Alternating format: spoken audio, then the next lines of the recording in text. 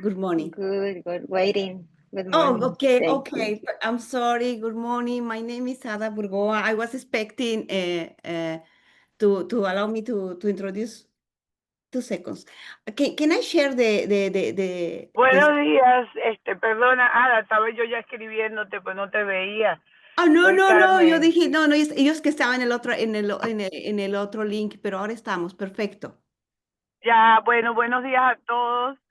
Espero que estén muy, muy bien. Aquí quiero presentarles a Ada, que nos va a dar una super clase hoy. Nos va a enseñar un poquito sobre lo que son las visas para inversionistas. Diversos, ya, ¿aló? Sí, aquí estoy bien. Diversos temas relacionados con la parte legal, sucesorial, de herencias, etcétera. Así que, bueno, gracias por aceptar nuestra invitación el día de hoy, Ada, en querer participar en nuestros entrenamientos semanales. Así que te cedo el micrófono para que comiences tu presentación. Gracias a todos los que Gracias. están aquí. Gracias, Carmen. Como sabe, mi nombre es Ada Burgoa y yo soy abogada en los Estados Unidos y estoy especializada en atender a los clientes internacionales que ustedes atienden. Mi enfoque es la parte tributaria internacional, lo que es la preinmigración, la planeación y también las visas de inversionistas. Lo que quiero hoy día presentarles es un poco ir a ver todas las líneas, lo que yo llamo los pilares que ustedes deben conocer cuando tratan a clientes internacionales. Y si ustedes tienen algún tipo de preguntas, algún tipo de aporte, pues participen, siéntanse libres de participar. Quiero que esto sea un poco interactivo. Yo había presentado preparado este temario en 3 bloques. Uno que es los impuestos al ingreso, lo necesario, ver las diferencias entre un tratamiento entre Estados Unidos para extranjeros y también para las personas ciudadanas, luego las consecuencias del impuesto sucesorio y de ahí irnos al tema directamente de lo que son las visas de inversionistas para clientes extranjeros. No sé si puedo compartir la pantalla, creo que sí. Carmen, ¿están viendo la Sí, pantalla? sí, A ver. estamos viendo, perfecto. Ok, perfecto. Entonces, esta presentación yo que la he denominado los pilares fundamentales para ustedes en lo que es en el ámbito internacional. Primera parte, vámonos a lo que es el impuesto a la renta. Y ahí lo que quiero hablar es las consecuencias que tiene un inversionista cuando invierte en el extranjero, en Estados Unidos. Hay diferente tratamiento entre una persona americana o residente de una persona que es simplemente con una visa de inversionista o un extranjero que está con una visa de turista. En el lado izquierdo ustedes van a poder ver el tratamiento a los ciudadanos estadounidenses y a los residentes. Tienen renta mundial. Eso quiere decir que una persona que es ciudadana o residente va a tributar por todos sus ingresos, ya sea producidos en Estados Unidos como también producidos en cualquier parte del mundo, ya sean ingresos pasivos o ingresos, diríamos, generados con su fuente de trabajo. Sin embargo, hay diferente tratamiento para las personas que tienen una situación de no residente permanente. ¿Y qué es eso? Solamente van a pagar impuestos en 2 tipos de casos, lo que es ingreso pasivo, y ahí se los pongo en sus 3 dimensiones, que son dividendos, intereses y diríamos regalías, royalties, y lo que son también los ingresos efectivamente conectados con Estados Unidos. Y ahí tenemos los servicios, las actividades de bienes, de transferencia de bienes cuando son alquileres o la venta de algún tipo de propiedad tangible que esté colocada en los Estados Unidos. Teniendo ya en cuenta estas 2 diferencias, es importante saber quiénes son esas personas que son consideradas residentes.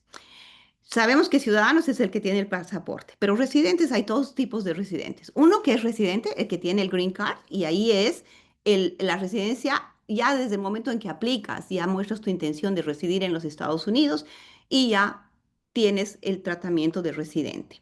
Ahora, la residencia sustancial, ese es un residente que de pronto no es una persona que tenga el green card, pero ha tenido una presencia física en los Estados Unidos que es sustancial. Y ahí te mide la ley 183 días durante los 3 primeros periodos antes de someter la aplicación. Es decir, en el año actual, vamos a ver, esos 183 días cuentan el 100%. En el año previo, 33,3 y en el año anterior, 16%. Si en el total de ese agregado esa persona ha estado con presencia sustancial, es tratado como sujeto tributario con las connotaciones que tiene una persona estadounidense. Esto es bueno y esto es malo. Esto es bueno porque puede ser sus impuestos y no está sujeto a retenciones. Pero es malo porque también si tiene ingresos que están fuera del país, van a ser taxables, pueden ser sujetos a tributación, especialmente cuando tenemos clientes que son millonarios. Hay que tener mucha, mucha alerta y decirle a usted, si es millonario y va a venir a Estados Unidos y no quiere ser tratado como residencia, como residente fiscal, no puede estar más de 120 días cada año. Es más o menos matemático. En el total, en el agregado de esa presencia anual en los Estados Unidos para no tener que estar dentro de este test. Ahora, ¿cuáles son las excepciones de esta regla de la presencia sustancial? Y ahí les he puesto los 9 casos bien, bien claros. Es personas que están menos de 121 días. Yo siempre le digo que durante los tres años que se cuenta para tributación fiscal, siempre esté menos de 120. Cuente, ese el trabajo de contar sus días y agarre maletas antes de que llegue a los 120, no esté ni siquiera a los 121 días. Luego, las personas que tienen una enfermedad sobreviviente, ¿qué hacemos con eso? Es decir, por ejemplo, un turista que vino con su visa turista, pero después le pasó un ataque cardíaco, tuvo un accidente y se excedió del tiempo de presencia, entonces tributariamente tiene una excusa que es razonable. La enfermedad vino posterior. Él, cuando entró a Estados Unidos, no tenía ninguna intención de quedarse. No es lo mismo una persona que viene a hacer una operación ya planificada y dice, ok, voy a quedarme tiempo. Ese no está dentro de esa excepción. La enfermedad tiene que ser algo que viene y sobreviene, que no ha sido prevecido. Después tenemos lo que son las típicas visas de estudiante y esas te protegen a 5 años. La única cosa es aplicar, ser admitido y tener el estudio, ¿no? Y después tendríamos lo que vendrían siendo los atletas. Los atletas es otros que están dentro de esa excepción, pero siempre y cuando no hagan ningún tipo de ganancia y que sean para, diríamos, competencias gratuitas. Y los que tienen presencia nominal, es decir, todos los que están menos de 10 días, por supuesto que no van a tributar. Y las personas que están con un tratado. Tratados, no hay muchos en Latinoamérica, Chile sí, pero tenemos otros tratados como México, pero digamos que hay que ver, clientes europeos especialmente pueden estar cubiertos con un tratado y tienen otro tipo de tratamiento y no va a haber retenciones y se va a poder elegir el lugar de residencia. ¿Y cómo se debe verificar esa presencia? Se tiene que verificar en ese link que dice USIS y el I-94. Verifiquen siempre la presencia que sea realmente con un propósito, ver contar los días para el cliente. Y digamos que si el cliente no cumpliera ninguna de estas formas de los 8 primeros argumentos para excluir la presencia, hay todavía uno que digamos ese es bien importante, conexión directa, cuando tenemos que realmente demostrar que nuestro cliente puede ser que se ha excedido, pero no tuvo la intención de realmente residir en los Estados Unidos y ahí se prueba directamente con hechos, membresías, voto electoral, que estén realmente conexiones muy directas a su país. Tenemos esa forma todavía de salirnos de la presencia sustancial. Ahora, cuando no nos salimos de la presencia sustancial y no tenemos el green card, viene lo que es las retenciones. ¿Qué son las retenciones? La más típica es el FIRPTA y entonces esa retención no es un impuesto, eso hay que tener claro. Todo el mundo le tiene terror al FIRPTA y no es tan terrible como parece. Solamente que al momento del cierre de la venta va a haber una retención del grueso, es decir, del proceso, del monto del total de la venta, de 10% si la venta no excede 1 millón y 15% si excede más de 1 millón. ¿Quién tiene la obligación en realidad? Nuestro cliente comprador de hacer esa retención. Si no se hace esa retención, al momento de la compra y hay un error del closing agent, no hay problema. El que es realmente el culpable, el que va a tener tener que realmente tener la responsabilidad ante el fisco va a ser el comprador. Por eso es bien importante que si ustedes están patrocinando a un comprador, se aseguren quién es el vendedor, se pida su pasaporte, su Social Security, y si no tiene nada de eso o no quiere aportar, pues pongan un alto y también busquen una certificación, una affidavit que él declara de que realmente no es un sujeto tributable, que no es sujeto de retención. Ahora, este timing para hacer la certificación es bien también sensitivo, son tiempos. Una vez que ocurre el closing, el agente de retención tiene que someter dentro de los 20 días los dineros no inmigraciones, a impuestos internos. Si ustedes están atendiendo a un cliente que es el vendedor en este caso y él tiene el título de la propiedad como individuo, cometió el error, la compró sin una estructura, entonces, ¿qué se hace? Ahí mi consejo es intentar tramitar un certificado. Estos certificados demora, pero lo que evitan es que el dinero quede en el limbo de inmigraciones, de impuestos internos y ustedes puedan tener una devolución para su cliente de esa retención más rápida. Porque si el agente manda el dinero, olvídense, eso puede tardar 1 año hasta 2 años. ¿Qué es lo que haces? Preparar el paquete FIRPA, se prepara con el contrato, con el preliminary, diríamos, closing statement, y se manda todo eso cumpliendo esas dos formas, diríamos, para impuestos internos en el día del closing o antes del closing. Se tiene que mandar y decir, ok, vamos, el closing agent va a ser el agente de retención hasta que se tramite la certificación.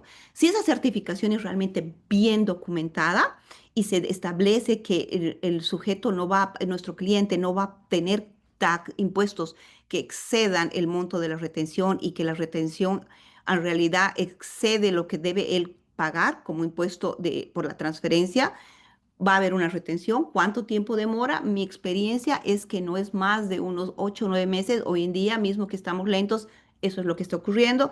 Y cuando obtenemos el certificado de retención, el cliente hace sus impuestos, el closing agent va a recibir ese certificado y va a transferir el balance o el todo, generalmente es menos, al cliente y lo que se tendría que pagar como impuestos a la administración de impuestos y va a ser el cliente que realmente procese sus income taxes y todo queda tranquilo. O sea, recuperamos ese dinero.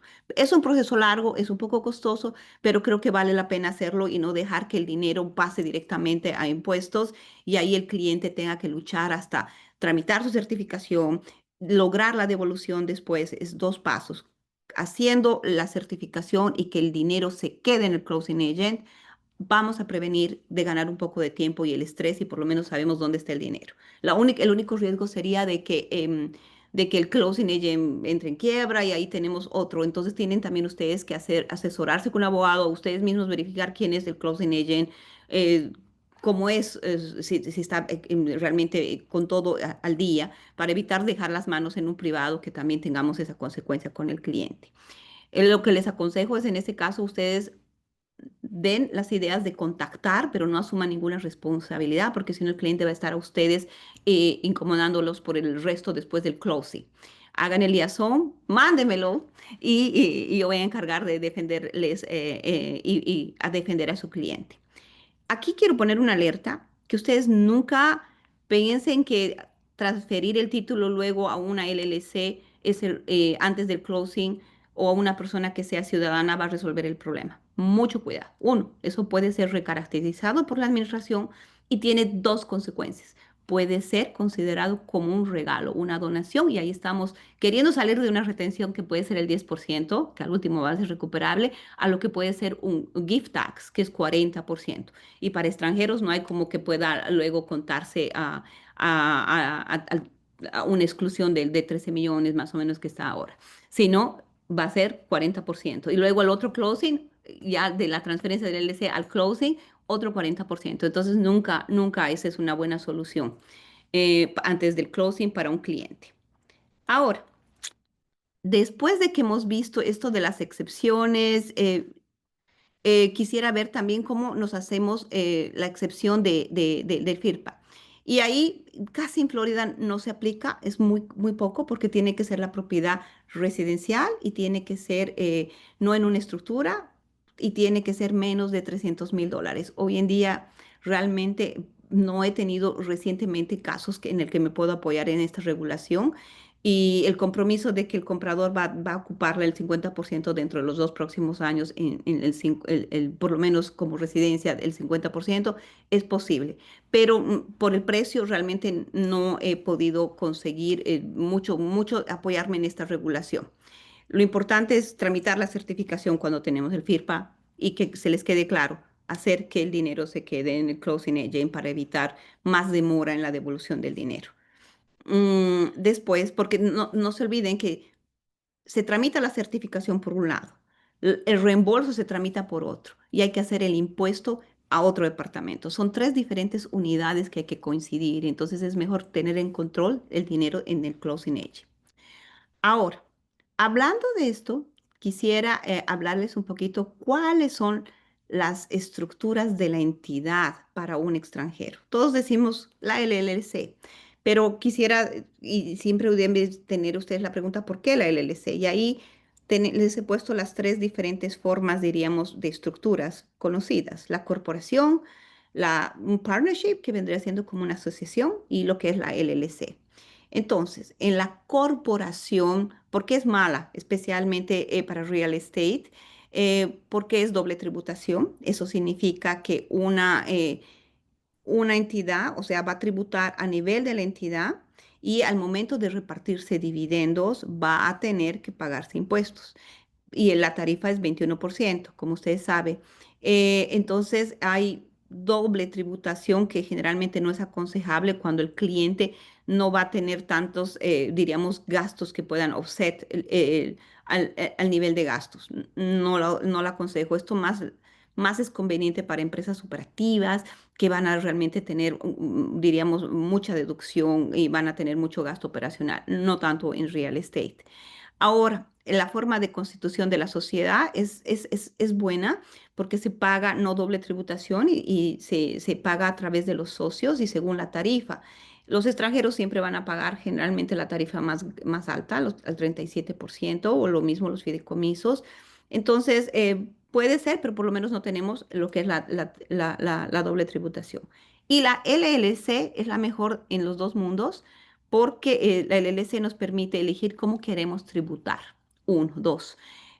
O sea, podemos tributar como una corporación, como una asociación, de acuerdo de qué tipo de propiedad de inversión el cliente está comprando.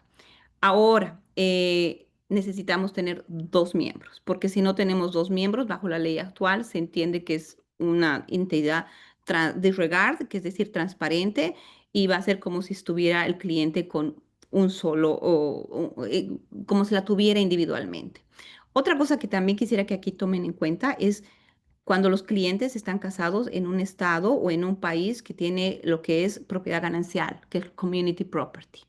Y ahí es bien importante, especialmente cuando estamos comprando una propiedad de mucho valor de dinero, de más de $1,000,000, es importante tener esta consideración para que se le diga a su cliente, usted puede ser considerado, esposa y esposo, como una unidad ganancial. Y hay casos de jurisprudencia, especialmente con México, que realmente cuando hay que se casaron los esposos en México y compraron una propiedad aquí, en una LLC con dos miembros, puede ser considerada una disregard entity por esa unidad del community property, de la propiedad ganancial. Por eso es bueno planificar y poner un tercer miembro. ¿Me entienden? Para que no tengamos ese problema y sigamos cumpliendo la regla de dos miembros, no hay retenciones. Pues bien, hasta aquí diríamos es el impuesto al ingreso, pero no es esto lo único. El impuesto al ingreso es una buena planificación, la LLC. Pero la LLC es casi insuficiente cuando estamos hablando de la otra consecuencia del impuesto sucesorio. Y aquí quiero hablarles del impuesto sucesorio y el impuesto a las donaciones. Hay diferente tratamiento entre lo que es una persona americana de lo que es una persona, diríamos, que también es extranjera. Entonces, cuando es una persona americana, vamos a tener exclusiones anuales y vamos a tener exclusiones anuales que se van haciendo cada año. Hoy en día, y se las he puesto en el lado izquierdo, tienen las exclusiones anuales que vienen ya sea por una persona o por un matrimonio y también las transferencias, y este monto va a variar cada año, hay que verlo cada año. Ahora, las transferencias entre esposos como donaciones entre esposos, entre americanos y residentes, viene siendo ilimitada. Pero para el impuesto a las donaciones de extranjeros, no, absolutamente no. No tenemos, o sea, tenemos todavía la exclusión anual, los límites, Ah, pero no tenemos las exclusiones ilimitadas entre esposos. Hay un monto de 195.000, que es, diríamos, el fijo, y después ya no hay más. Eso es bien importante tenerlo en cuenta. No es como que se pueden hacer los quick claim deeds entre esposos y se resuelve el problema. Quick claim deeds, Carmen. sí, no sé si es que tu página de tu screenshot se quedó en la inicial. No sé si es que era la intención o porque veo que... No, no, no, no es la intención. Ahora la puedes ver. Ah, ahora sí las moviste, sí, era nada más eso, que veía que... Oh, qué pena, qué pena. Bueno, Sí, pero no había ya, querido interrumpirte, pero bueno. gracias. No, no, perfecto. Pero está bien. Pero entonces quería, ahí, ¿la pueden ver ahora? Sí. Tienen, ahí la parte de que les pongo es la tarifa de donaciones, el 40%. Lado izquierdo son las exclusiones que vienen para los residentes y estadounidenses y en la parte de derecha para los extranjeros. En el tema de donaciones es bien importante cuando nuestro cliente recibe dinero del extranjero. Miren acá, cuando una persona recibe dinero del extranjero, digamos que la persona está viniendo, tiene una cuenta en Colombia y le pasa a su hijo una cuenta que tiene su cuenta en Estados Unidos, $100.000, eso es donación. Se presume donación y puede ser auditado. Y porque las transferencias en cuentas americanas se supone que están consideradas para el tema del impuesto a las donaciones como citos. Mi consejo, como citos, es decir, como que están ubicadas en Estados Unidos.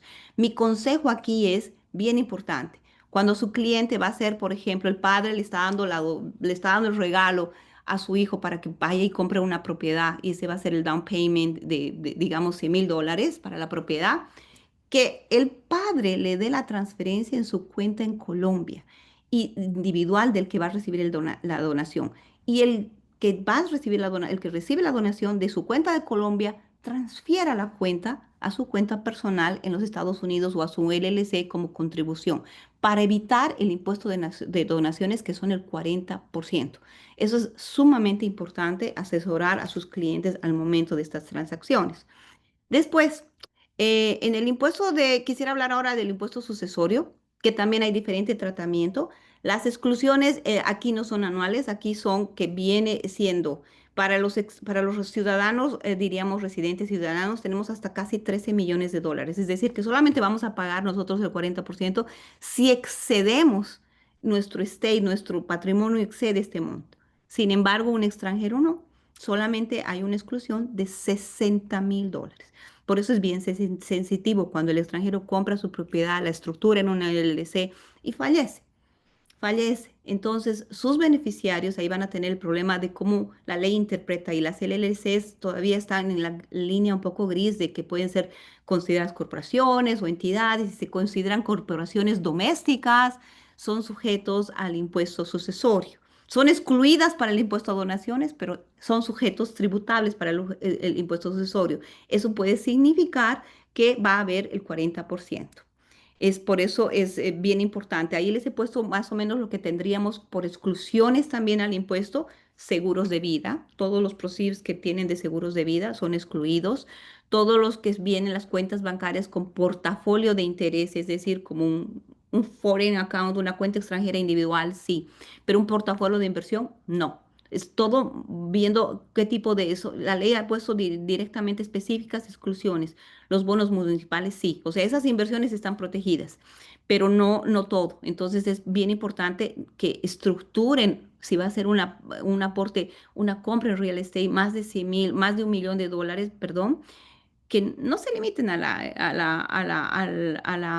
SRL, a la LLC, porque hay que estructurarla y tiene que ser estructuración anterior con una buena planificación y no reestructurarla después, porque si no podríamos ser, diríamos, observados como que no tiene sustancia esa transacción y puede ser desconocida por la administración. Ahora, en el segundo, quiero ver cuáles son las mejores formas de más o menos ver para real estate.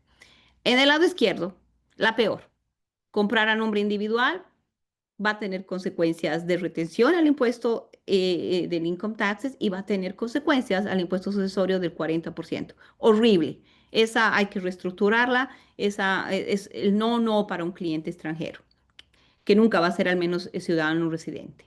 La inversión en el sí es buena, solo como les había dicho, para prevenir las consecuencias del impuesto al ingreso. Muy en la línea gris está si te da o no te da una protección al impuesto, diríamos, sucesorio del 40%, por las razones de lo que hemos visto, community, propiedad ganancial, por las razones que hemos dicho que la LLC es muy vista. Hay casos de jurisprudencia americana que te la ven como una corporación, otras como un partnership, y entonces, al fin y al cabo, es doméstica, puede ser sujeta al impuesto sucesorio. Ahora, hay otra forma, que es una forma de una planificación de volver este patrimonio Y en un perdón, activo. la LLC multimiembro que pones ahí. La multimiembro es buena para el impuesto al ingreso. ¿Me entiendes? Podemos tener esposos, mismo que estén si está, digamos, en México casado el esposo. Entonces, antes de hacer la LLC, hay dos opciones. Una, reestructurar, separar los bienes y que sean lo que se llama aquí transmutación, es decir, que desnaturalicemos su patrimonio y lo separemos, opción una, con un acuerdo dentro de una planificación, o metamos un tercer miembro que ya no sea propiedad ganancial, ¿me entiendes? Entonces, la propiedad ganancial la hemos reducido. Yo aconsejo siempre en países que son extranjeros, hagamos una transmutación antes de meter a la pareja sola en una LLC y un adicional miembro. Y pareja y tres hijos, por ejemplo. Exacto, pero hay que poner ese acuerdo de transmutación, hay que dividir, porque si no lo que hemos hecho, la unidad va a quedar en qué proporción y hay que hacer un buen operating agreement en realmente establecer qué es propiedad separada, cuáles son los porcentajes de cada quien y con una cláusula de pronto sucesoria, qué pasa después de la muerte. Eso vamos a hablar un poquito después. Pero digamos, la LLC es tibio nuestra protección, entonces lo que yo estoy queriendo decirles es que hay otra forma. Porque la LLC es una compañía doméstica, entonces lo que tendría, nuestra misión es convertir en compañía internacional, que eso bajo la ley del impuesto sucesorio actual es un intangible. ¿Cómo lo hacemos? Una estructura extranjera, BVI, Navis, Panamá, esa estructura agarra y adquiere la LLC americana y la LLC americana adquiere la propiedad. El cliente extranjero es dueño solamente directamente de la BVI, por ejemplo, para un ejemplo. Es dueño de la BVI. ¿Qué es lo que hemos hecho ahí? Al dueño, la muerte del dueño, ¿dónde nos van a afectar? Nos va a afectar al nivel de la BVI. Pero la BVI es un intangible, es una persona extranjera bajo la ley actual, lo que significa que su muerte no va a llegar directamente a ser visible con el impuesto sucesorio. Hemos creado un paraguas y hemos impermeabilizado, diríamos, la estructura. Con esto nos da una buena protección bajo la ley actual. Si hay patrimonios especialmente que está comprando al contado y hay $1 millón y esa propiedad va a valer $2 millones de aquí a un tiempo y muere, imagínense. O sea, ahí hay Y si muchísimos es opciones. americano, ¿también funcionaría o no?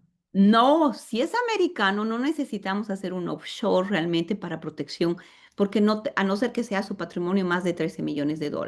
Los americanos y residentes solamente pagan esto, el impuesto sucesorio del 40% por patrimonio que exceda los $13 millones. Este monto se va indexando anualmente. Anualmente puede bajar, subir. Con Trump, yo no creo que esto baje. Se tenía mucho miedo con el anterior gobierno de que la baje, diríamos, a 5 millones, pero hasta ahora estamos bien y yo creo que tenemos un buen tiempo que eso va a mantenerse $13 millones y hasta más. ¿Me Ada, entiendes? Dime. disculpa, Liz, disculpa que te hola. haga la pregunta. Hola. Sabes que quiero entender bien, estoy que un poco perdida. Yo trabajo con mucho cliente extranjero y quiero estar bien clara en lo que tú estás diciendo de la LLC, que yo pensaba que entendía bien, pero ahora estoy un poco como que me estoy confundiendo. Eh, ¿Podemos hacer un ejemplo, por favor, para entender bien?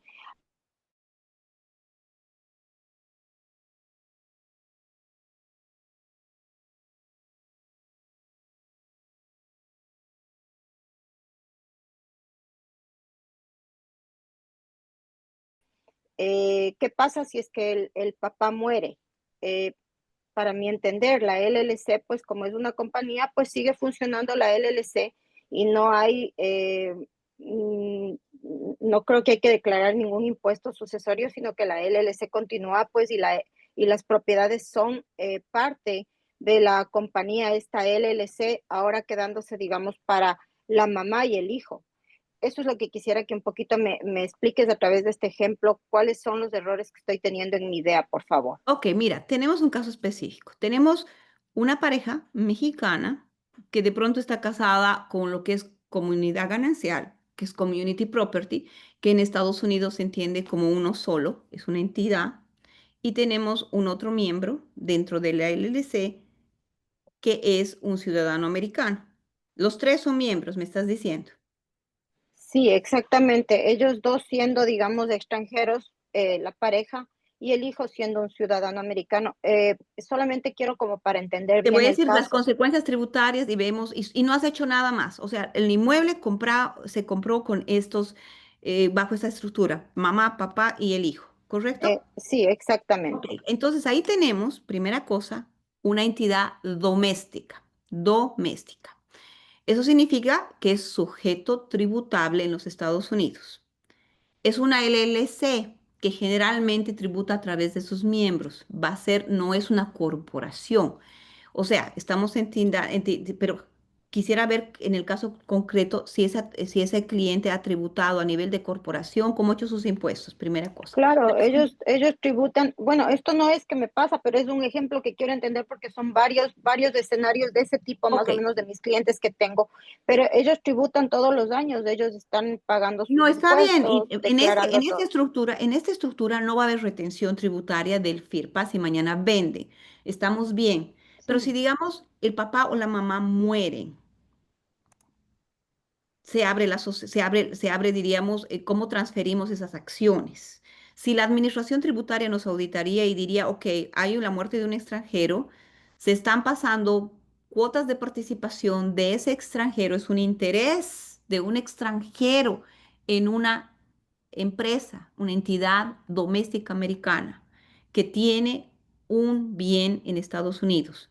El que es directo dueño de esas cuotas o acciones, lo que tú quieras, es una persona extranjera. Esa persona extranjera, al tener un patrimonio, parte del patrimonio son esas cuotas de participación, tiene que al transferirse estar sujeto a lo que es la tributación del impuesto al patrimonio, que no es el impuesto al ingreso, no te confundas, muy bien que haga sus impuestos, muy bien todo, se perfecto con la cosa, pero el momento de que hace esa sucesión y quiere transferir esas acciones y puede ser auditada, si no la audita no pasa nada, pero si pudiera ser auditada, podría decir, ah, aquí hay 40% de la persona que falleció que no tiene ningún tipo de ciudadanía y ahí se aplicaría el impuesto al patrimonio, porque es una empresa doméstica directamente con un interés de un extranjero. Cuando hacemos esa estructura, la persona extranjera lo que va a ser dueña directa va a ser de las acciones o de las cuotas de la entidad extranjera. Su muerte va a estar fuera de Estados Unidos, afectando. La empresa americana va a ser dueña aquí en Estados Unidos controlada por una empresa, una entidad extranjera. No hay una cosa directa, ¿me entiendes? Es una corporación extranjera. Cuando es una LLC es un híbrido y es directo. Entonces, si no le ponemos ese filtro arriba, va a haber directamente una tributación. Que la familia no declare, puede pasar la una, puede pasar la dos, pero puede ser sujeto a ser fiscalizado y puede ser eso revertido. O sea, hay que poner esa alerta. Solamente se protege eso cuando se pone, diríamos, un bloqueador tributario, compañía extranjera que controla un bien de acciones de una empresa americana. ¿Me entiendes? Ahí está excluido. Los dueños de compañías extranjeras no son como intangibles, pero un dueño extranjero es tratado como un no residente.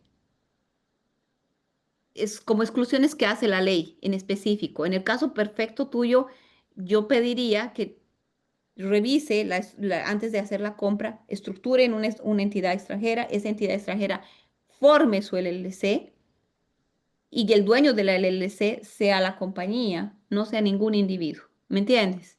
O A no sea, ser que sea o esta compañía, perdón, esta compañía extranjera, la que tú dices, no te entendí bien, o DBA, algo BVI, así. las Islas Británicas, puede ser Panamá, cualquier otra Ok. jurisdicción que sea, diría, sin consecuencias tributarias, ¿me entiendes? O sea, Esta es un una buena, paraíso fiscal. casi Tendría un que paraíso buscarse un fiscal. paraíso fiscal. Entonces, ¿cuál sería la recomendación para el cliente? En este caso, esta pareja que te puse de ejemplo, ¿cuál sería la recomendación? Antes de Primeramente, comprar, bueno, en el caso digamos que ya ellos tienen sus 4 millones aquí en diferentes propiedades. ¿Cuál sería la recomendación ahorita? ¿cómo las O sea, tienes? Si ya las tienen, las propiedades ya no se puede hacer mucho porque esa planificación es antes de comprar. Ahora solamente se va a tener que manejar en el Operator Agreement y no hay cómo, porque todo lo que se haga después tiene como que estás haciéndolo para evitar pagar claro. impuestos, ¿me entiendes? No hay un propósito en la Ahora, transacción. entonces, para los nuevos Para clientes, los ¿cuál nuevos es, sería la recomendación? la- Primeramente, crearse una compañía, digamos, en Panamá, en un paraíso fiscal, una exacto, compañía que me imagino será parecido a esto, una LLC en Panamá, y luego la LLC que crea acá, ser dueña de la LLC en Panamá. exacto, Ok. exacto.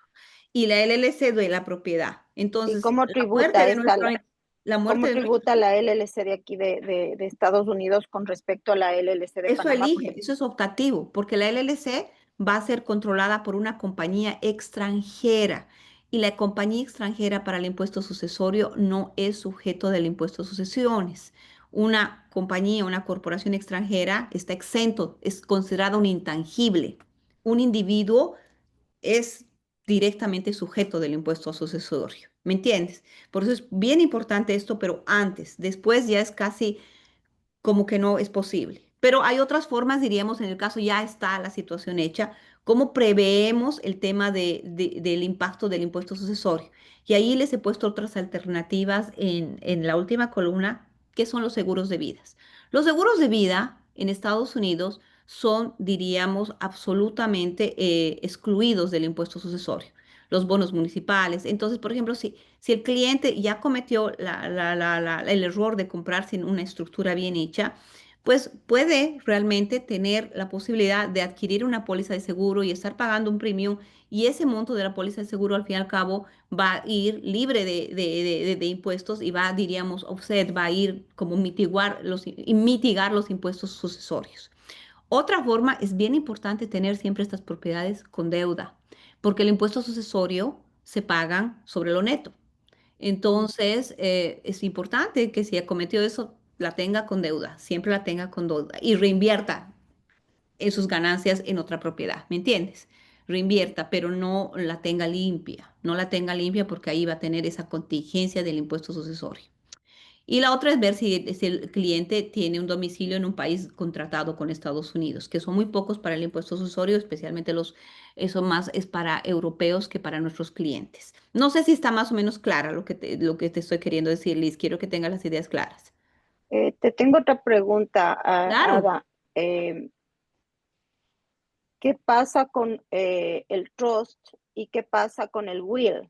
Ahora, vamos Haciéndote, justamente, te me has adelantado. ok, Aquí estoy perfecto, queriendo hablar. listo, Entonces, listo. una vez ya hemos hablado de estructuras, el impuesto, el ingreso, el impuesto sucesorio. Pero lo que ahora quiero que veamos es protecciones al patrimonio. Y eso es otro tema. Aquí, cuando una persona fallece sin testamento, sin nada, tiene que ir a lo que es un proceso sucesorio en probate court. Este proceso puede demorar 3, 4, 5 meses, depende si es litigioso o no es litigioso. Si es extranjero, primero hay que hacer, si muere en el extranjero, hay que hacer la domesticación del proceso allá y luego hacerlo aquí en Estados Unidos. Y encima, el abogado te va a cobrar, yo cobro por eso y todo abogado, hasta el 3% del estate. O sea, es bien importante de que digas, oh mi Dios, no ha hecho testamento, no ha hecho, o sea, no ha hecho fideicomiso y solo tiene un testamento, va a tener que ir a la corte de probate y pagar ese 3% al abogado. ¿Cómo se prevé todo esto? De ahí quiero ponerle dos tipos de contingencias y se las he dividido en dos bloques. Uno que es la incapacidad. Muy bien, me has hablado, vamos a seguir con tus clientes mexicanos.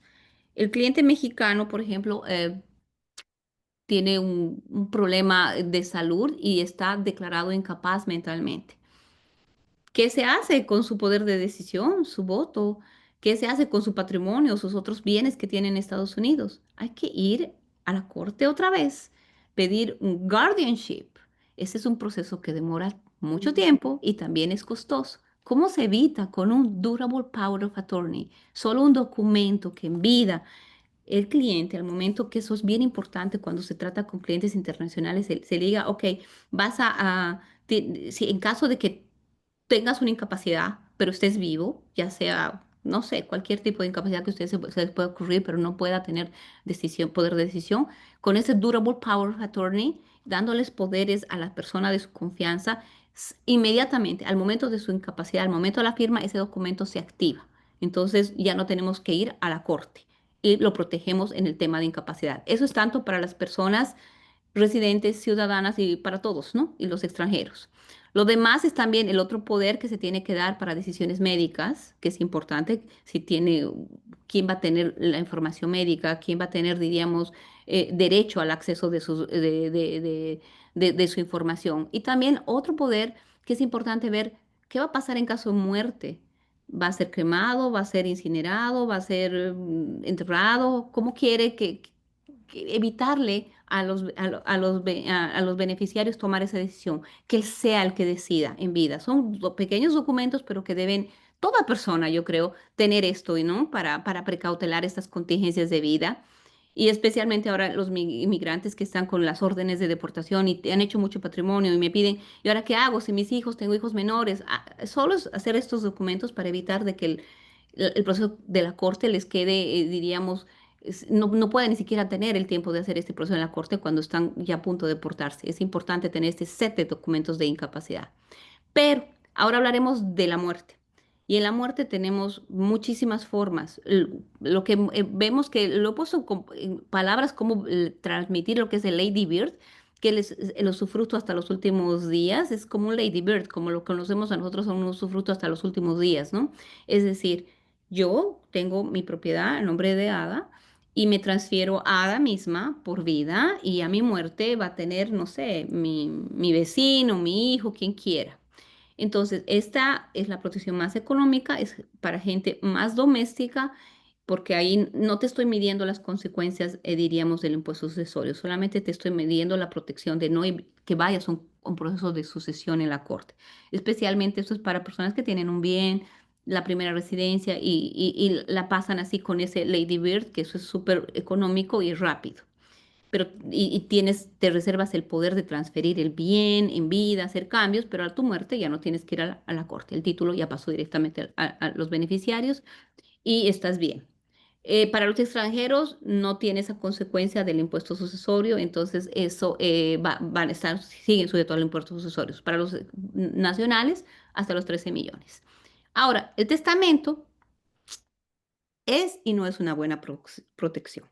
El testamento es para mí algo suplementario y algo que viene adherido, ya sea un set de Lady Bird o un fideicomiso. ¿Por qué? Porque el testamento, por más hermoso que tú lo pongas y designes bien a tus bienes, tiene que ser aprobado en la corte, administrado por alguien. O sea, tenemos que pagar ese 3% al abogado, ir con todo ese proceso.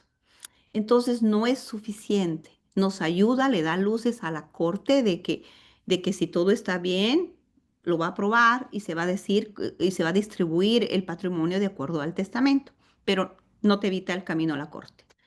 ¿Qué es lo que te evita el camino a la corte? Lo único es el fideicomiso, el trust.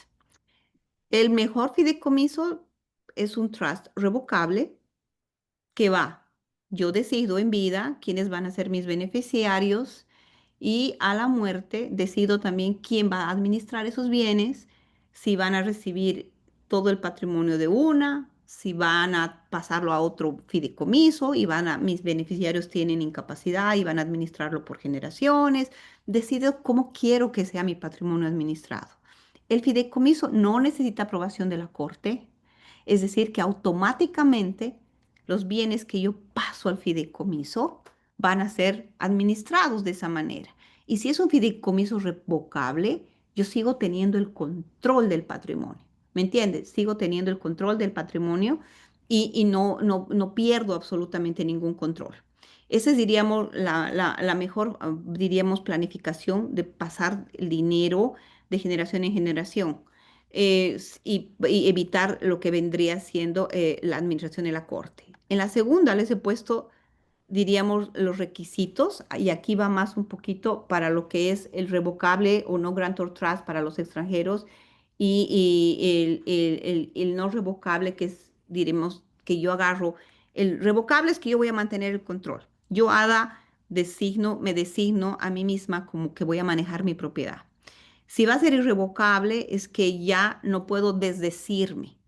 Cuando es irrevocable, la ventaja es que voy a tener una protección de acreedores. Carmen, ¿quieres hacer una pregunta? Sí, tengo una duda. Ok, revocable e irrevocable. No sé si ya la estás contestando y me estoy adelantando. Revocable, yo misma controlo mis bienes y los manejo y los administro. ¿Qué pasa cuando muero ahí en ese caso?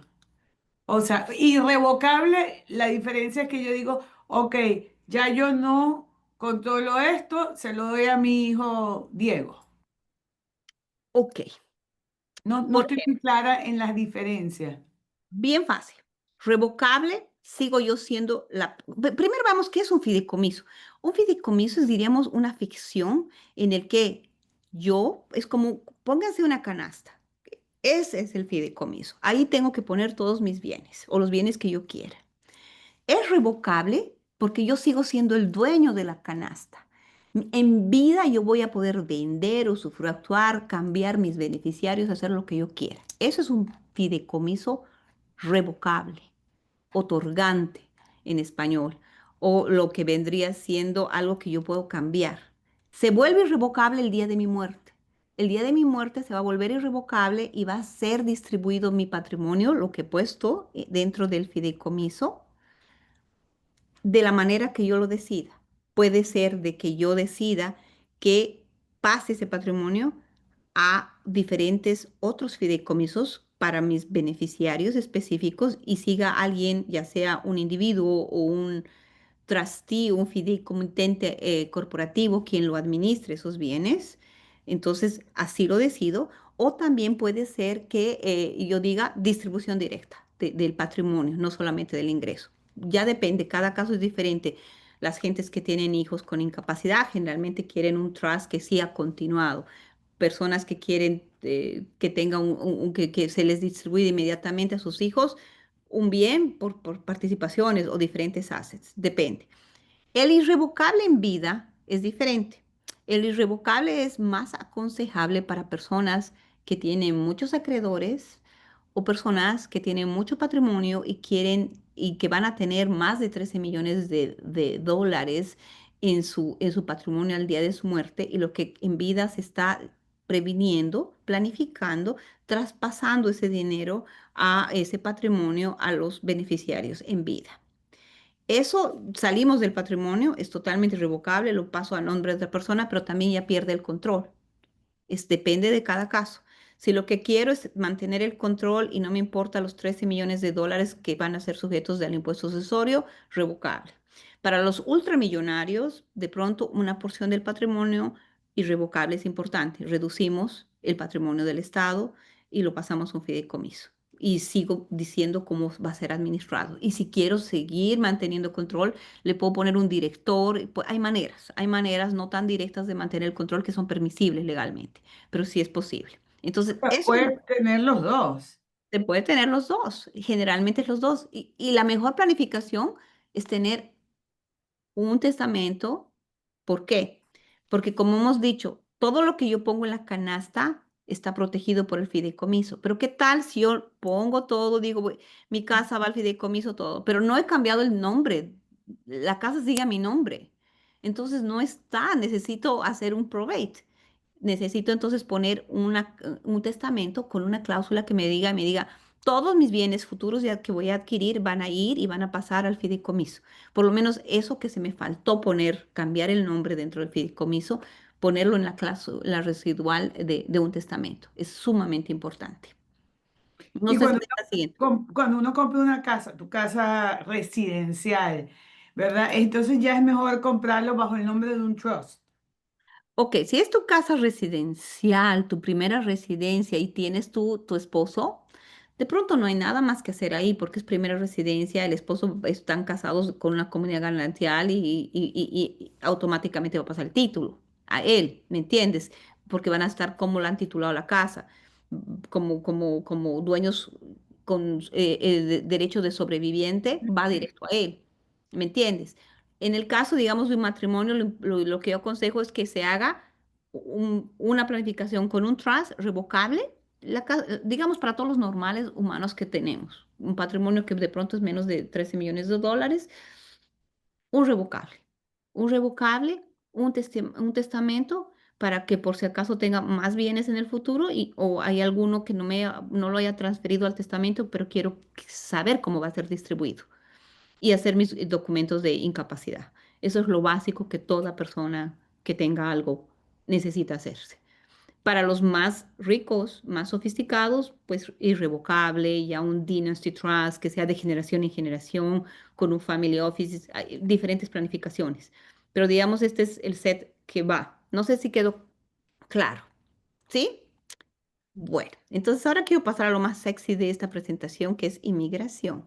Y en inmigración quería hablar de un poquito de la EB5. Yo digo lo más sexy porque es lo más, ya salimos de los impuestos, ¿no? Entonces, en temas de las visas de inversión, la más importante es la visa EB5 porque es una petición directa de inmigrar, en el que el cliente no necesita probar nada para tener su residencia más que la fuente de su ingreso y de su patrimonio. Tiene que tener cero capacidad de gestión, de administración, de talento, inglés, etcétera. Solamente tener su 1.050.000 o sus 800.000 dólares. Esta visa es súper aconsejable para gente que es muy solvente, que tiene la capacidad de tener ese dinero y quiere invertir en un proyecto, especialmente de desarrollo, aunque puede ser también hecho de forma directa, pero no quiere complicarse con el tema del trabajo operacional. Esta visa es la perfecta, la tramitación es, diríamos, mecánica, es en pasos, pero yo creo que la aconsejo para personas que tienen más de 60, 65 años y quieren venir a los Estados Unidos. Es la única visa también que te protege y se utiliza para clientes que tienen hijos que están en ese paraguas de 19, 18 años y es la única visa que les va a proteger. Es decir, una vez que se someta la petición para un EB5, el hijo, aunque después de que la petición salga, va a tener 21 años, va a seguir protegido con esta visa. Es la única que nos da visa directa en temas de visas de inversionistas. Recientemente, en septiembre 29, han salido dos visas, la famosa Golden Visa, que tú tienes que dar un regalo a Estados Unidos de 1 millón de dólares y tienes la residencia por un tiempo. Esa es una opción, pero nunca va a compararse a la EB5, porque la EB5 sigue vigente y vas a tener por tu inversión por lo menos el patrimonio. Entonces creo que es una buena resultado de antes de ser cara, es una buena opción, muy buena opción con esas otras opciones que Donald Trump está dando. Y también la Golden Visa tú pagas y nunca te devuelven. Nunca te devuelven, o sea, no tienen, yo En no, que en cambio la EB5 sí lo das y en 4 o 5 años te devuelven tu inversión. Es muy diferente. o tienes un patrimonio Claro. y Y te dan tienes un intereses rendimiento. también sobre el dinero que inviertes. Exacto, en cambio, esta visa de la Golden Visa y la Silver Visa que ahora hay, o sea, si tú das un regalo de 1 millón de dólares, la regulación no está clara, pero salió el 29 de septiembre, 19-29 de septiembre, que si tú das 1 millón de dólares como un regalo al gobierno, vas a tener residencia. Si das ese regalo a través de una corporación, son 2 millones de dólares, pero es un regalo, es una donación.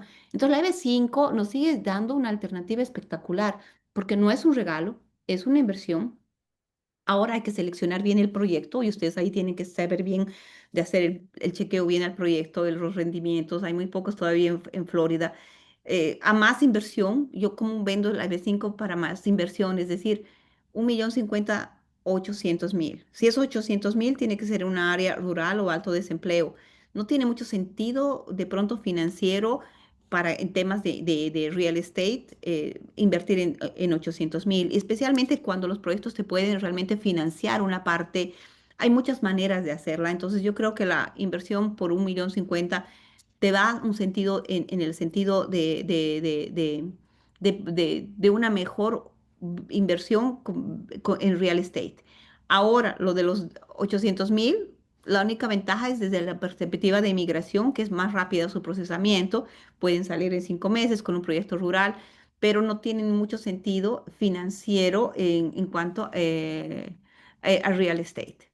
Ahora aquí están los requisitos de la creación de empleo. O sea, en las visas de inversión siempre se tiene que ver empleo. Aquí va a ser el proyecto en realidad, es decir, el proyecto que se va a apalancar, que va a crear el empleo por el cliente. Y lo único que nosotros realmente tenemos que verificarnos es que esa creación y los tiempos estén bien identificados. Aquí les he hecho un sumario más o menos de lo realista. La verificación de todo, la carpeta de dónde viene el dinero, eso va a ser más o menos 30 días. Una vez que se hace la petición, o sea, que después de la adjudicación realmente comienza a correr los 2 años en el segundo esquema. El cliente tiene que estar 2 años con una residencia condicional, pero en ese interín va a tener su permiso de trabajo, va a poder trabajar, va a poder hacer millones de otras cosas y viajar, pero tiene que estar atado 2 años con una residencia condicional.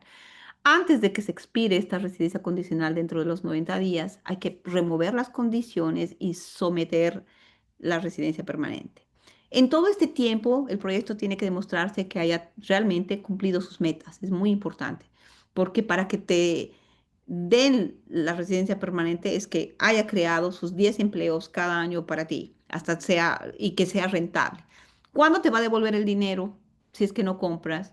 Es cuando se demuestre que realmente ha sido todas las metas del proyecto cumplido. Entonces, en tiempos reales, esto es más de los 2 años, puede ser hasta 5, puede ser 6 años, pero estás realmente teniendo una residencia, vas a tener la devolución de tu dinero. Hay proyectos que te dan un rendimiento muy bueno. Ahí, Carmen, te puedes dar millones de opciones. Es la mejor opción, porque a veces vamos a ir a las otras visas, que es la visa L, que también me parece es otra opción muy buena, pero esta es la única que te dice, ok, yo no voy a hacer nada. Si tú has seleccionado cuidadosamente el proyecto, vas a tener tu dinero y encima vas a tener un rendimiento anual. Puedes tenerlo. Pero la selección del proyecto no tiene que ver el rendimiento anual, tiene que ver, diríamos, que sea un proyecto sólido, ¿no? Vas a tener tu residencia sin ningún esfuerzo ni estrés de manejar un negocio. Ahora, en tema de la visa L, esta es una visa de inversionista que yo la veo la buena, bonita y barata. ¿Por qué? Porque te da todos los beneficios de la visa EB5, pero no te requiere una inversión tan elevada. Esta inversión, la ley te dice que tiene que ser sustancial, no te da el monto. ¿Qué es sustancial? Es todo depende del negocio. ¿Qué se requiere en esta visa? Que exista una empresa en el extranjero, que sea la, diríamos, la patrocinante, que nuestro cliente haya trabajado en esa empresa por un año dentro de los 3 años anteriores de someter la visa, que exista un negocio en Estados Unidos, que puede ser real estate, sale muy bien con real estate, o puede ser otro negocio y que venga y contrate un empleado de alto nivel, es decir, alguien que tenga una licencia, que tenga 4 años de estudio. Puede ser en Brasil, en Chile, lo que sea, pero tienes que contratar a alguien que sea con un bachelor degree, con una licenciatura. Los beneficios de esta visa es que lo mismo que la B5. Beneficia al peticionario, el esposo, el cónyuge va a poder tener los beneficios, va a poder trabajar en lo que quiera. El inversionista en este caso solamente va a poder trabajar en su proyecto, no es como el EB5 que vas a tener trabajo por donde tú quieras. Aquí tienes que trabajar en tu proyecto. Tus hijos también van a estar protegidos para este paraguas, pero a diferencia del EB5, en la EB5, si tienes un hijo de 16, 17 años, vale la pena la EB5 si tienes ese dinero porque va a estar dentro de ese paquete. En cambio, en la L, cuando el hijo cumpla 21 años, tenemos que buscarle otra opción de inmigración. Esa vendría siendo la anatomía de esta visa. A la diferencia de la EB5, la L tú tienes que presentarla con una intención de no emigrar. Si es un negocio nuevo, te la van a dar por un año.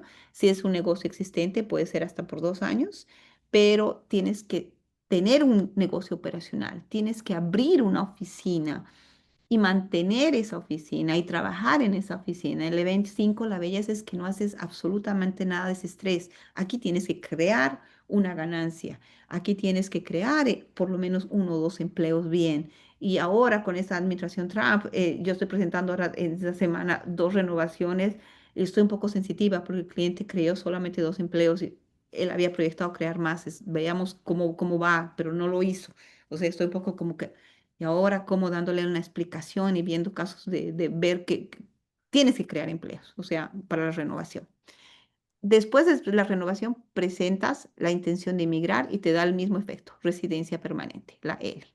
Eso es una visa fenómena para quien no tiene los 1.050.000 o 800.000, pero tiene más de unos 150.000 dólares. O tiene real estate ya en Estados Unidos y se puede hacer un buen plan de negocio en real estate. Con Carmen estábamos viendo un caso que esto está pendiente, donde el cliente tiene mucho patrimonio, es readecuar esos patrimonios para una L es perfecto, o sea, no necesita ni siquiera demostrar inversión ahí, de infusión de capital. Ahora, la visa E1 y la E2, aquí tenemos esos 2 tipos de visas. La E1 es una visa de exportador, es decir, ya no tiene que, para la E1 tiene que haber tratado. En Latinoamérica, muchos de nuestros países califican con tratado. La E1 para exportador o importador. No tiene que haber ahí ninguna oficina ni negocio. Lo único que se tiene que demostrar es volumen anual de importación o exportación. Esa visa es buena para nuestros comerciantes. Y les digo a ustedes, vean estas oportunidades porque a veces el cliente dice, quiero inmigrar y quiero invertir en Estados Unidos. Entonces de pronto puedes decir, ok, invierte en Estados Unidos y si tú eres exportador, resuelves tu problema de inmigración con una E1 y inviertes más en real estate libre de atarlo a inmigración. Ahora, la E2 es una visa de inversionista. La E2 sí me va a requerir un plan de negocios, presencia física en Estados Unidos, me va a requerir un capital de inversión. El capital también tiene que ser sustancial, no te dice cuánto, depende del negocio, y tiene que haber un resentimiento que no sea marginal, es decir, que realmente haya lucro. O sea, el cliente tiene que venir y tiene que trabajar en lo mismo que en la visa L. La diferencia con la L es que no va a tener residencia nunca. Estas visas, la E1 y la E2, hay que renovarlas y que la diferencia otra es de que no necesita como en la L una estructura en el extranjero. Aquí simplemente es un plan de negocios acá. La E1, la E2 me gustan utilizarlas como visas puente para traer al cliente acá, pero luego hay que buscarle una planificación para que tenga residencia, si eso es lo que quiere. O estas visas son buenas para clientes que quieren no tener, quieren venir, entrar y salir, pero no quieren tener residencia, diríamos, tributable, como residentes permanentes. Ok, ahora la 2 está para real estate. ¿Cómo más o menos se puede pensar que un real estate puede calificar? Y ahí se las he puesto un poquito cómo tendría que ser. Más o menos me ha dado bien en Florida con 200.000 dólares como de capital ya, especialmente en el West Coast. Si tiene el cliente más, funciona mejor. Para una de dos puede comprar una propiedad o 2 propiedades, pero bajo un mismo plan de negocios y poner y un terreno que va a construir, que va a administrar, que va a hacer diferentes otras cosas. En ese plan de negocio tenemos que poner actividades de bienes raíces bien importantes, hacer ese plan de negocios con actividades de bienes raíces. No es tanto que se estresen quién hace el plan de negocios. O sea, siempre yo les contacto cómo podemos hacer eso, es parte del servicio, darles ese plan de negocios. Es decir, el cliente quiere invertir en real estate y luego con ustedes es trabajar, ok, va a comprar una renta corta para hacer rentas largas o va a comprar para construir. Hay que darle una forma y hacer que este negocio cumpla con lo que es marginalidad, es decir, que haya rendimiento, cumpla con la creación de un empleo, pero en este caso de una E2 es una secretaria y que pueda pagar su salario con los ingresos de bienes raíces. Entonces, me parece que eso es fenómeno. Ahora, quisiera salir un poco de eso para hablarles rapidito de lo que son las otras opciones, no en real estate, pero que sus clientes de pronto cumplen con estos requisitos de una visa de talento extraordinario y van a invertir más en bienes raíces y no se concentrarse en inmigración con bienes raíces.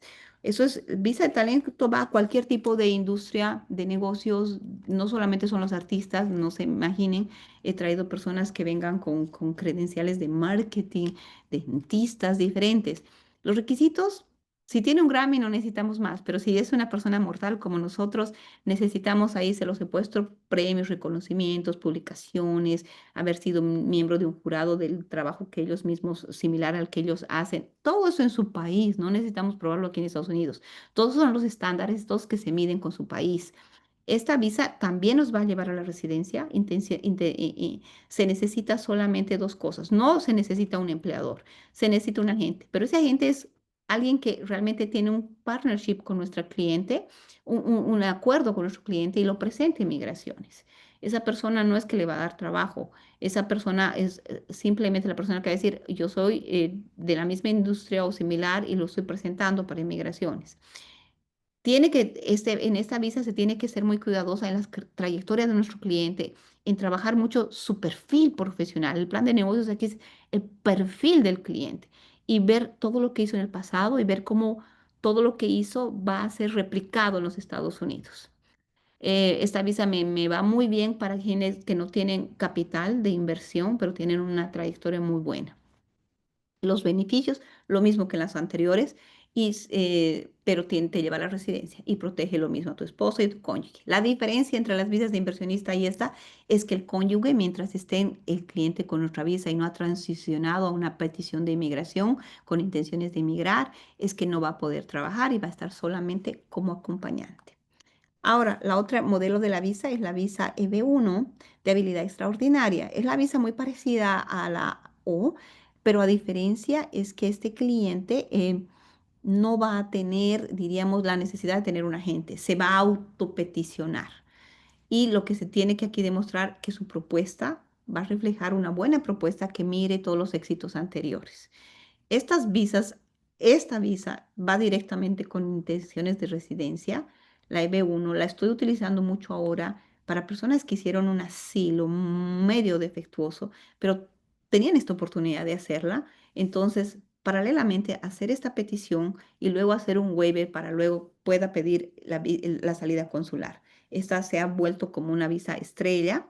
A diferencia de la O, es que aquí necesitamos esperar el boletín, que esté realmente en los márgenes del boletín y el tiempo de procesamiento es más largo.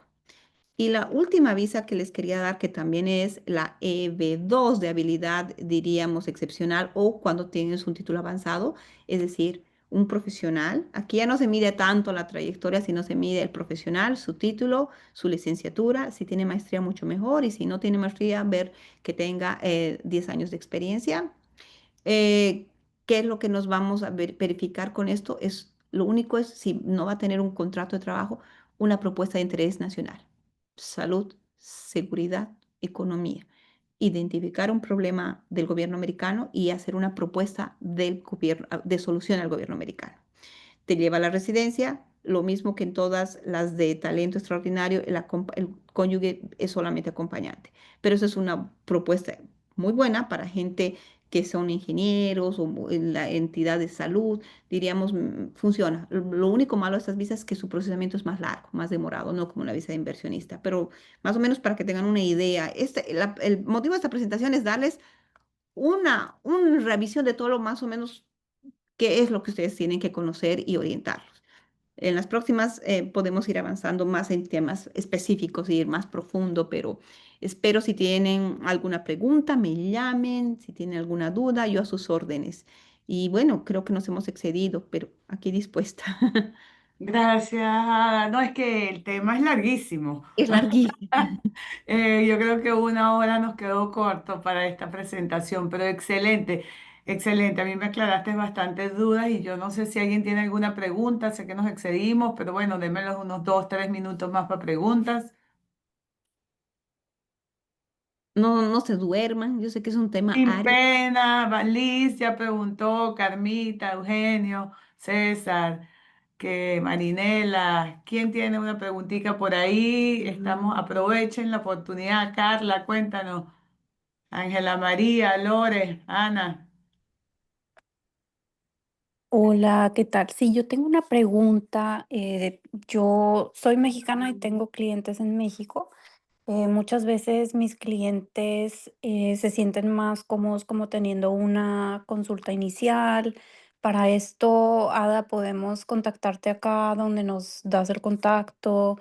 No sé cómo se maneje, pero ellos como por Zoom les gusta tener, pues, sabes, el contacto y sé que hay muchos abogados que no tienen como esa habilidad, ¿no? Yo no sé si tú la tengas.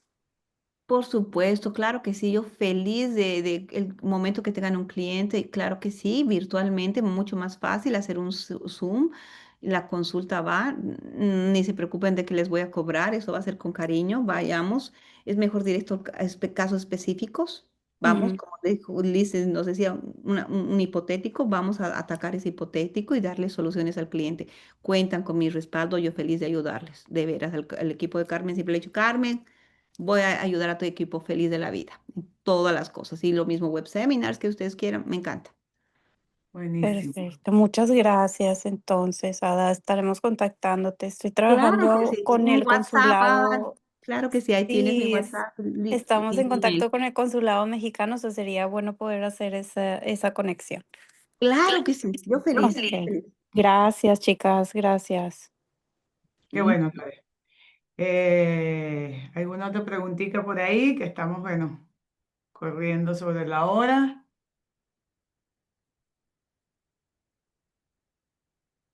Bueno, yo creo que fue muy buena la presentación y creo que todo el mundo entendió bastante, aunque yo creo, para mí personalmente, yo puedo pasarme horas preguntándote y preguntándote. No, yo feliz. No, no, yo sé, se nos pasó. Pero, Pero pero eso será en otra ocasión. Muchísimas gracias. Ada. Vamos a coordinar otra presentación contigo porque veo que hay mucho interés en el tema. Esta presentación queda grabada, chicos. Entonces, porque hay unos que ahorita están mostrando y haciendo actividades que no lo pueden ver no, claro que sí, en no, no. vivo. Entonces la dejamos siempre montada para que puedan repasar también cosas que dijiste que tal vez uno no los captó muy bien. Así que bueno, muchísimas gracias y seguimos en contacto. Seguimos en contacto, Carmen querida. Un gusto compartir con tu grupo y siéntanse libres de contactarme para cualquier duda. ¿Ok? Gracias a ti. Listo. Un Un abrazo un a abrazo. todos, chicos. Chao. Excelente, gracias.